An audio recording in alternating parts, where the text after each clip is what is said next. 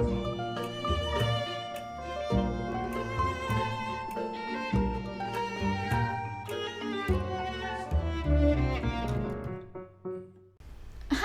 you're watching Dog-Eared Musings. I'm Monika, and today we're going to be talking about the book Tomb of Sand, written by Geetanjali Shree and translated by Daisy Rockwell.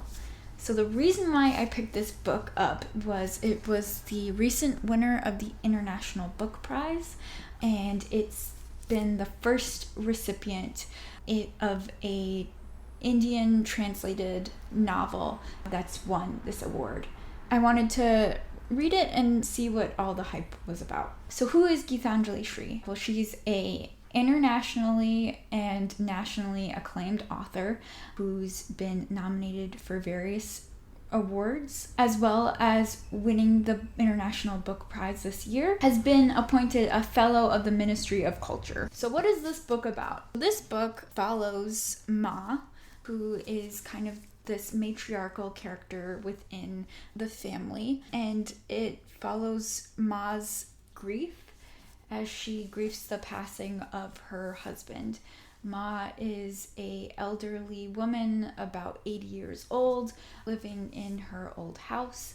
And after the passing of her husband, this book follows her journey through life, reclaiming her new stage of life and making new friendships and also going on a journey. This book talks about the partition in India. It talks about colonization and colonialism and its effects on family.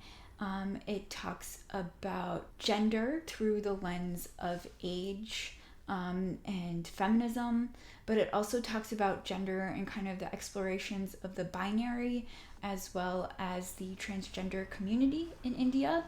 And it also talks about the idea of stories and whose stories are heard and whose stories are listened to. This is kind of a prevailing point throughout the book. So what were the cons or drawbacks in this book? So one major drawback that I had with the book was just the process of picking up this book. It's 770 pages.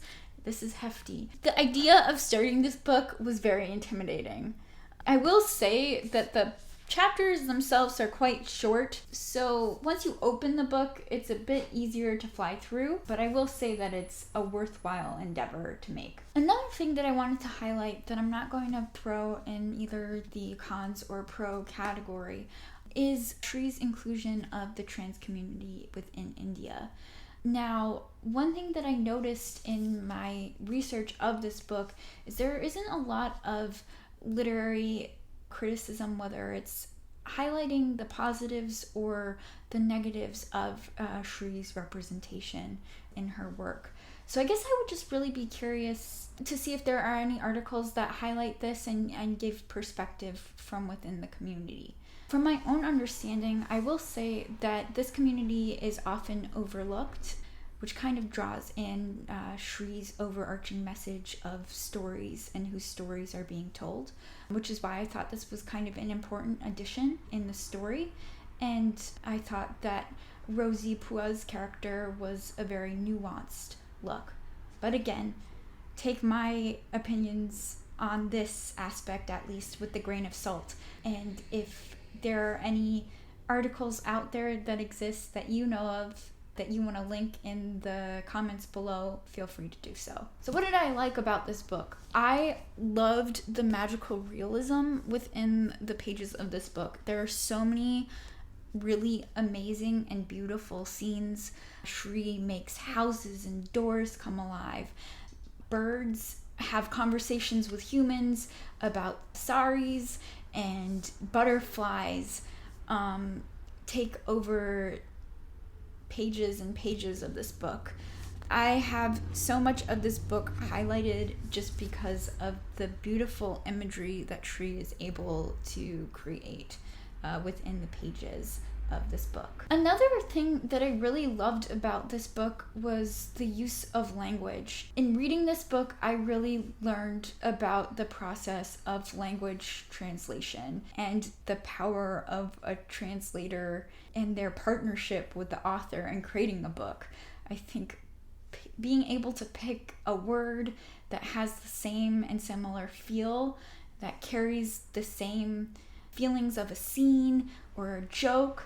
I had kind of taken that for granted until reading this book and kind of figuring out how much the choice of language rests on the shoulders of both the author as well as the translator. And I think that Daisy Rockwell and Geetanjali Shree do a really good job in their partnership of this translated copy. What this book does really well in language is the idea of punning. There are so many puns that happen within this book that kind of stem from the knowledge of knowing, not only knowing Hindi, but also knowing the culture. And I think from this perspective, having insider knowledge is important, but it isn't necessary. I think what really excited me about this book as a reader was having that insider knowledge, because I felt like this was a book that kind of was for me. But I will say that if you are someone who isn't from the culture, as the author's note states, it really isn't that hard to look up a reference every once in a while. If you have to do it for Tolstoy, you can do it for Shree. So what's a similar book that I would recommend if you liked Tomb of Sand or want to read something similar to Tomb of Sand? The first book that kind of jumped into my mind was Gabriel Garcia Marquez's book, 100 Years of Solitude. I mean, the one apparent reason of why these two books are similar in my head is the two very strong grandma-esque characters that kind of steal the show and steal the narrative.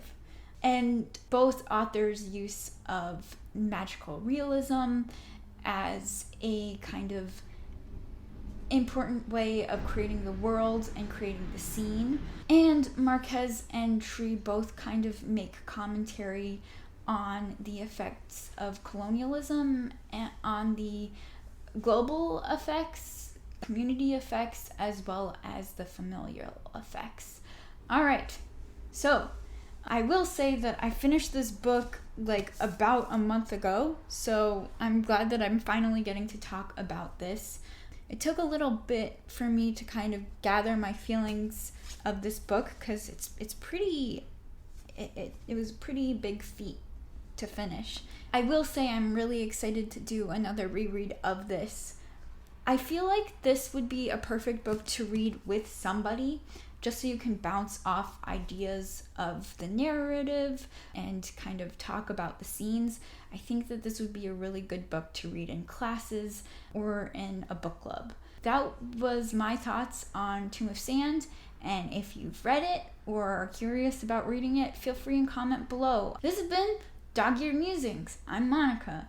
Happy readings.